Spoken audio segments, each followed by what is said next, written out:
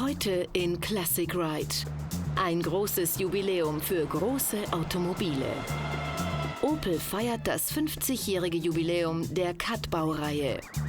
Die Modelle Kapitän, Admiral und Diplomat definieren 1964 den Einstieg der Rüsselsheimer in die Oberklasse.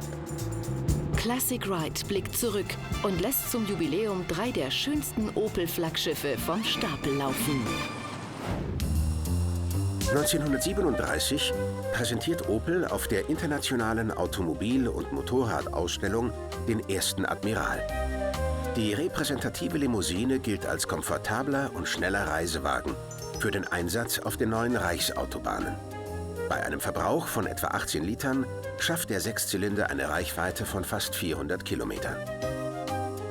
Neben der Limousine sind auch zwei- und viertürige Cabrios erhältlich.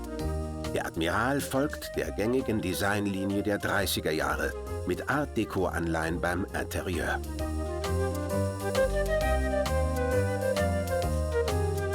Ein Jahr nach der Präsentation schieben die Opelaner ein Modell unterhalb des Admirals nach, den ersten Kapitän, ein erster Erfolg. Bis zur Einstellung der zivilen Pkw-Produktion bei Opel im Herbst 1940 fahren in Rüsselsheim über 25.000 Stück von den Bändern. Nach dem Krieg führt Opel die Erfolgsgeschichte weiter. Ab 1954 erhält Opels Topmodell eine modische Ponton-Karosse. Im Bild das Modell von 1958. In dieser Zeit ist der Kapitän die preiswerteste Sechszylinder-Limousine auf dem deutschen Markt. Der Kapitän war auch viele Jahre vorher schon der meistverkaufte Sechszylinder auf dem Markt. Und vom Admiral gab es sogar schon ein Vorkriegsmodell aus den 30er Jahren. Und so hat man dann eben an diese alte Tradition angeschlossen und hat dann den Diplomat noch mal oben drauf gesetzt. Das war das luxuriöseste und das leistungsstärkste Modell. 1964 erscheint die völlig neue Cat-Baureihe. Kapitän, Admiral und Diplomat. Das ist der erste der großen drei, der Kapitän, in einer völlig neuen Opel-Linie. Sie wird bald dem Straßenbild einen charakteristischen Akzent geben. Der Gewinn an äußerer Breite, 9 cm, kommt voll den Fahrgästen zugute, die verschwenderisch viel Raum um sich haben. Auch auf der Haube des Admiral, das neue Zeichen, elegant gebändigte Kraft. Der Innenraum großzügig und komfortabel. Das zweifarbige Lenkrad, der Velourteppich auf dem Boden, Einzelsitze um fast 17 cm verstellbar, Luxus in den Details des Admiral. Dazu gehört auch die Kontrollleuchte für die Vergaserluftklappe. Radzierringe, Chromleisten und viele andere Details zeichnen den Admiral aus. Bei gleicher Silhouette unterstreicht der Diplomat V8 seine gehobene Position durch ein Kunstlederdach, das der Eleganz seiner Erscheinung einen Schuss Sportlichkeit verleiht. Dieser Wagen ist die Krönung des Dreigestirns. Beschleunigung von 0 auf 100 in 11 Sekunden, Höchstgeschwindigkeit 200 km in der Stunde. Das sind die 190 PS des 4,6 Liter 8-Zylinder-Motors. Mit dem neuen Hauswappen verbunden der Hinweis auf die V8-Sonderstellung. Die Ausstattung des Diplomat ist erlesen. Der Kapitän, der Admiral, der Diplomat V8. 3 Fahrzeuge der Sonderklasse. Die großen 3 von Opel. Ging ja in den 50er Jahren richtig los. Und mit den KAD-Modellen hat man natürlich dann noch mal besonders gut den Zeitgeist, möchte ich mal sagen, getroffen. Da war schon eine Nachfrage nach so luxuriösen, großen Flaggschiffen da. Auf der anderen Seite der Modellpalette landet Opel schon 1962 einen Treffer mit dem Kadett, einem Konkurrenzmodell zum Verkaufsschlager Volkswagen Käfer.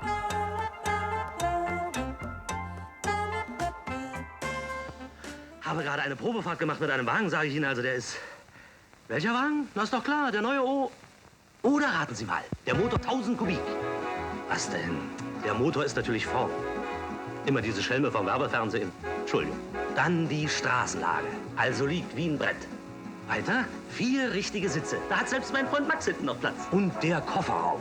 Na, erraten. Der neue Opel Kadett. Kurz gesagt, okay.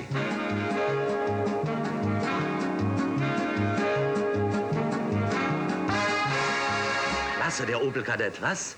Einfach eine Klasse für sich. Na, wann gehen denn Sie zum Opel-Händler?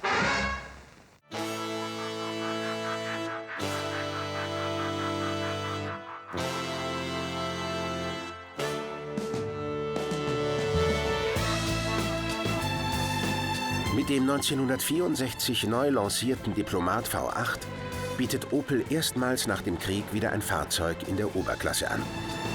Im selben Jahr stellt BMW die Fertigung des 3200S ein.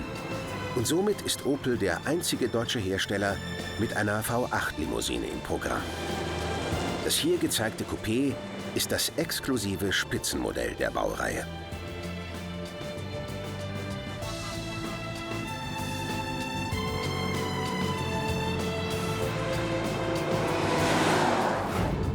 Im Diplomat V8 Coupé schlägt ein Herz von gewaltigen Ausmaßen.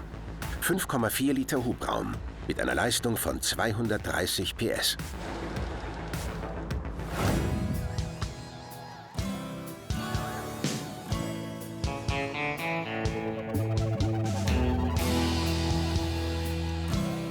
Ignoriert man die Opel-Logos, wirkt das Diplomat Coupé wie ein mächtiger Straßenkreuzer aus amerikanischer Produktion.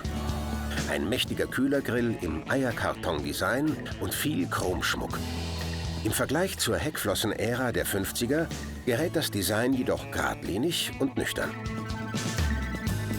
Im Innenraum sitzt man bequem wie auf Großmütterchens Sofa. Leder kostet auch damals 1500 Mark extra. Der sogenannte Bandtacho und Holzdekor sind Anfang der 60er Pflicht. Mit 25.500 Mark kostet das Diplomat V8 Coupé mehr als ein Porsche 911. Opel kalkuliert deshalb auch nur mit einer geringen Stückzahl.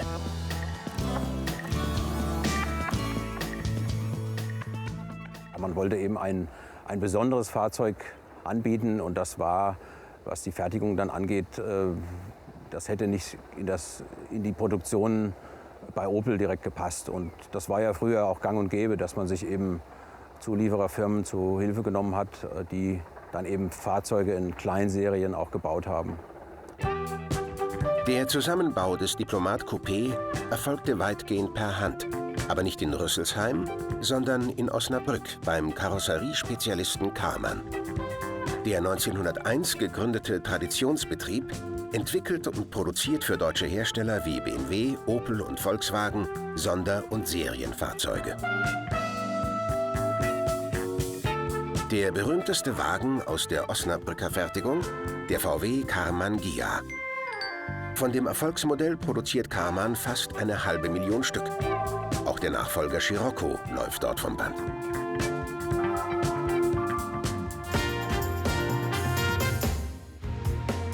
Mit einer Beschleunigung von 0 auf 100 in weniger als 10 Sekunden und einer Spitzengeschwindigkeit von über 200 Kilometern pro Stunde zählt das V8 Coupé Mitte der 60er zu den schnellsten Großserienfahrzeugen in Europa. Alle Cut-Modelle besitzen Scheibenbremsen vorn und einen Bremskraftverstärker. Vom Diplomat Coupé entstehen in 3 Jahren nur gut 300 Exemplare. Opel findet in dieser hohen Preisklasse nur schwer Akzeptanz. Der 5,4 Liter V8 stammt vom Mutterkonzern General Motors und stemmt seine 230 PS mit einer bisher nur von US V8 bekannten Lässigkeit auf die Kurbelwelle. Der Sound typisch amerikanisch.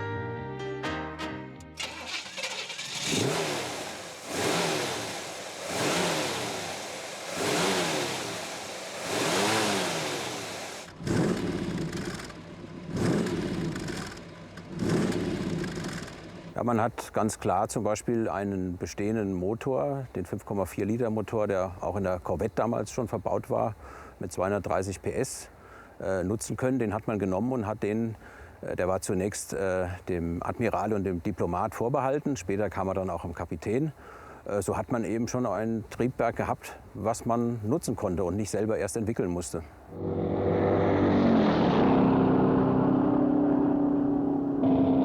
Die Die Chevrolet Corvette Stingray ist der wohl bekannteste Wagen, in dem auch der Chevrolet Small Block verbaut ist.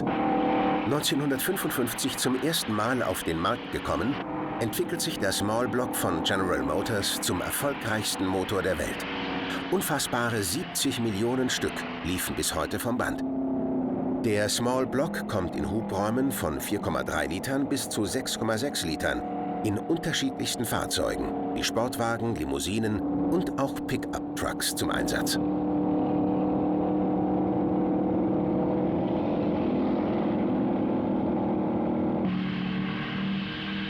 Design, Performance and Engineering by Corvette, America's sports car.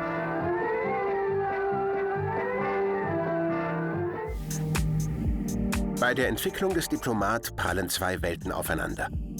Opel-Entwicklungsingenieure müssen die US-Technik, wie Motor- und Automatikgetriebe, in deutsche Karossen implantieren und für den europäischen Verkehr anpassen. Das Resultat? Die Cat-Baureihe steht für gemächliches Cruisen. Trotz V8-Power ist der Diplomat keine Sportlimousine. Auch wenn der Motor die nötige Power locker aus dem Ärmel schüttelt. Sportliches Fahren ist keine Domäne des Diplomat. Schwerfällig neigt sich die Karosse aus der Kurve. Das Fahrwerk zeigt sich zu weich abgestimmt. Und die Zweigang-Automatik, ebenfalls aus amerikanischer Produktion, schaltet träge.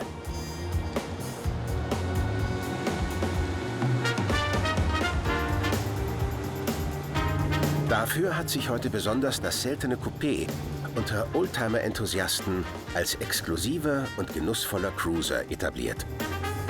Das schlägt sich natürlich im Preis wider.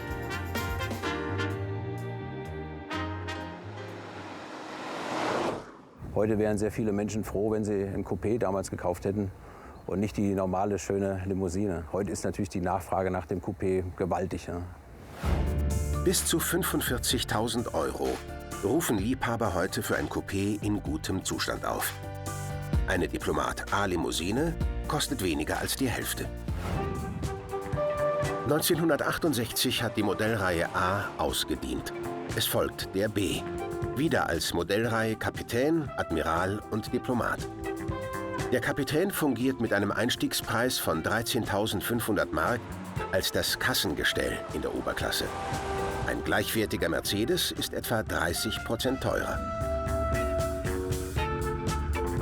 Verwirrend, denn auf Wunsch sind auch Kapitän und Admiral mit dem USV 8 erhältlich. Meistens verrichtet aber der brave Sechszylinder seinen Dienst.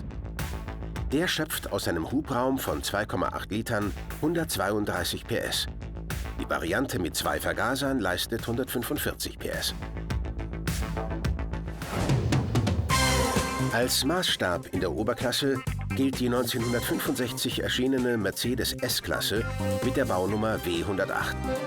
Allerdings ist die S-Klasse nur mit einem maximal 3 Liter großen Sechszylinder zu haben.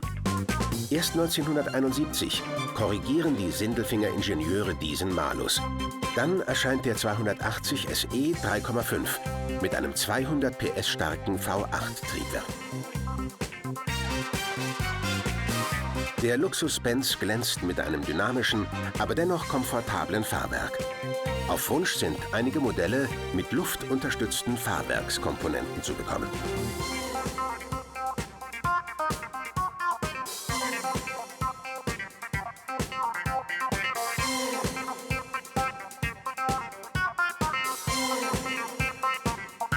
Führend sind die Sindelfinger auch in Sachen passiver Sicherheit.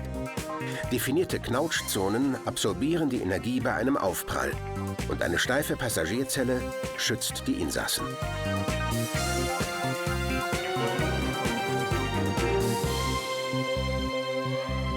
Der W108 vereint Eleganz, Luxuriosität und Sportlichkeit in einem bis dahin nicht bekannten Maß.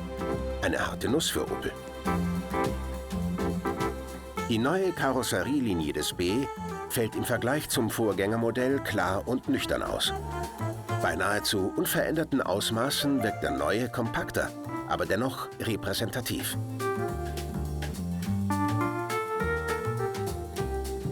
8 Jahre hält sich diese Karosserieform unverändert im Opel-Modellprogramm.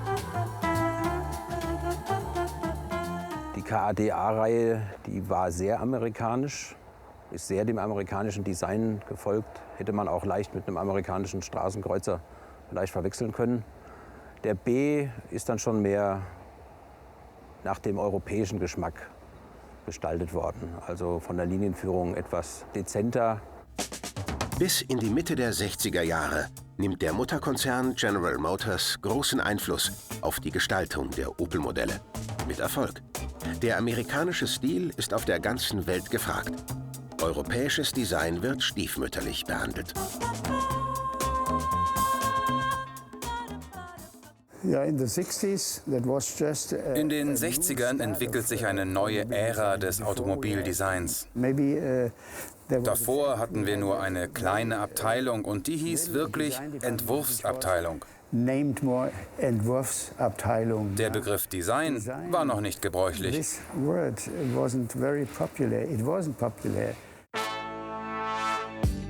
1964 eröffnet Opel nach amerikanischem Vorbild das Advanced Studio in Rüsselsheim.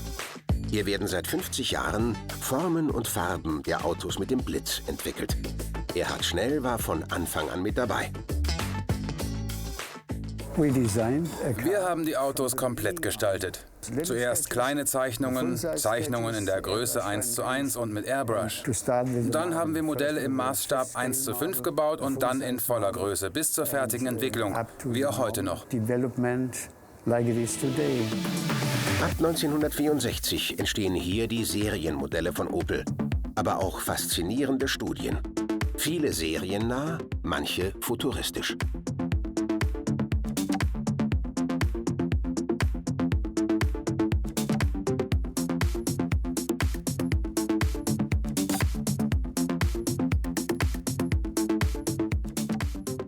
Das erste Fahrzeug, was im Design Center dann entwickelt wurde, das war der sogenannte Experimental. Das ist die Studie, die dann zum Opel GT geführt hat, der 1968 auf den Markt kam. Opel will sich zu dieser Zeit bewusst vom kleinbürgerlichen Hosenträger-Image lösen und lanciert bewusst den sportlich zweisitzigen GT. Aber auch hier ist der Einfluss der amerikanischen Corvette noch unverkennbar.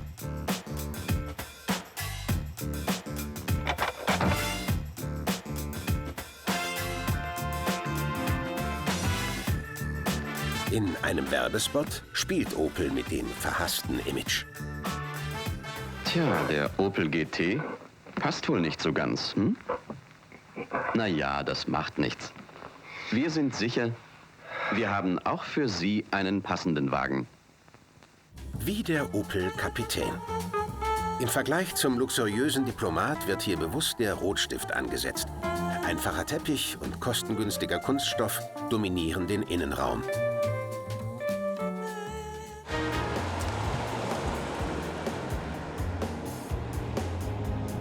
Kein V8-Brabeln, keine Servolenkung, dafür eine hakelige Lenkradschaltung. In puncto Fahrgefühl verliert der Kapitän klar gegen den Diplomat. Entspanntes Cruisen ist dennoch möglich.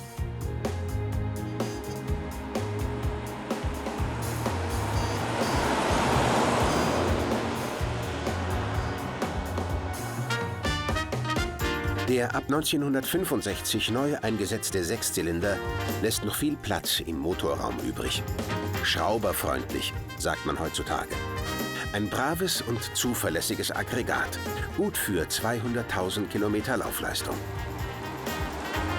Schon 2 Jahre nach der Einführung stellen die Rüsselsheimer den Kapitän wieder ein. Damit verschwindet der seit 1938 verwendete Name aus der Opel-Produktionsliste. Findet man heute ein Exemplar in gutem Zustand, sind kaum mehr als 12.000 € anzulegen.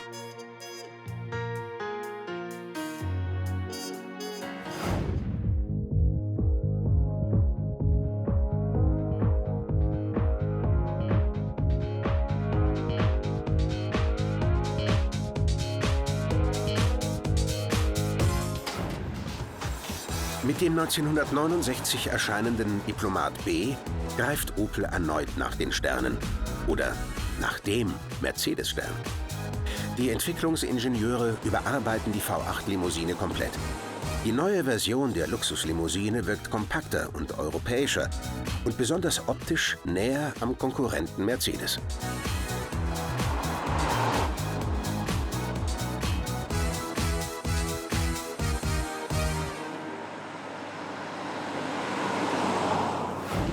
Im Diplomat B arbeitet der aus dem V8 Coupé bekannte Small Block mit 5,4 Liter Hubraum. Die Kraft überträgt jetzt eine Dreigang-Automatik. Ein Schaltgetriebe ist nicht erhältlich. Zum Einstiegsmodell Kapitän unterscheidet sich der Diplomat nur in Details, wie andere Scheinwerfer und Kühlergrill. Die Grundkarosse ist die gleiche geblieben.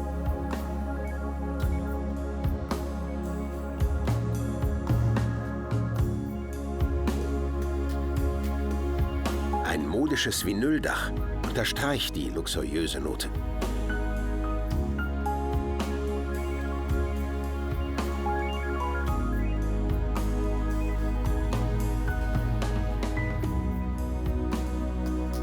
Ab 1976 auf Wunsch erhältlich Sporträder aus Aluminium. Die versenkbaren Scheibenwischer eine Erkenntnis aus dem Windkanal. Wo der Kapitän spart, protzt der Diplomat. Im Innenraum edles Velour, dicke Teppiche, Holzapplikationen und eine Klimaautomatik aus dem Mutterkonzern General Motors. Dieses Exemplar tut seinen Dienst damals im Bonner Regierungsviertel.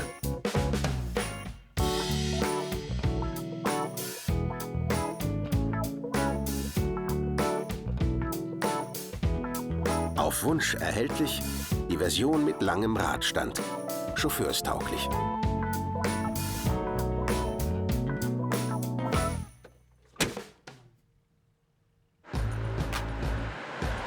Mit 4 innen belüfteten Scheibenbremsen und einer modernen De Dion Hinterachse scheint das Flaggschiff von Opel gut für die 70er Jahre gerüstet.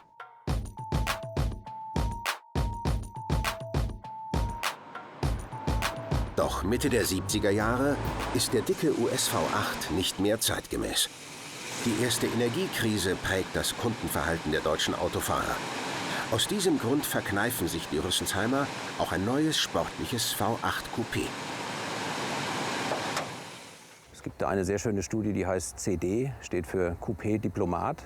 Also damals hat man sich auch Gedanken gemacht, wie könnte ein sehr schönes Coupé aussehen auf der Basis des Diplomat. Der Opel CD schafft es als Studie auf diverse Messen, verschwindet aber wieder in der Versenkung.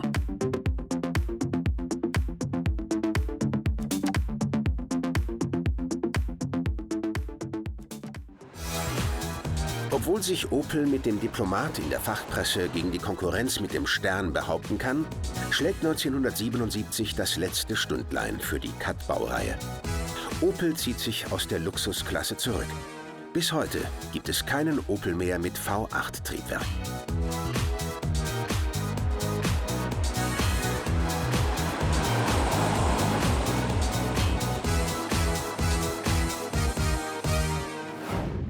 Heute setzen Liebhaber für den Diplomat B in gutem Zustand etwa 15.000 € an.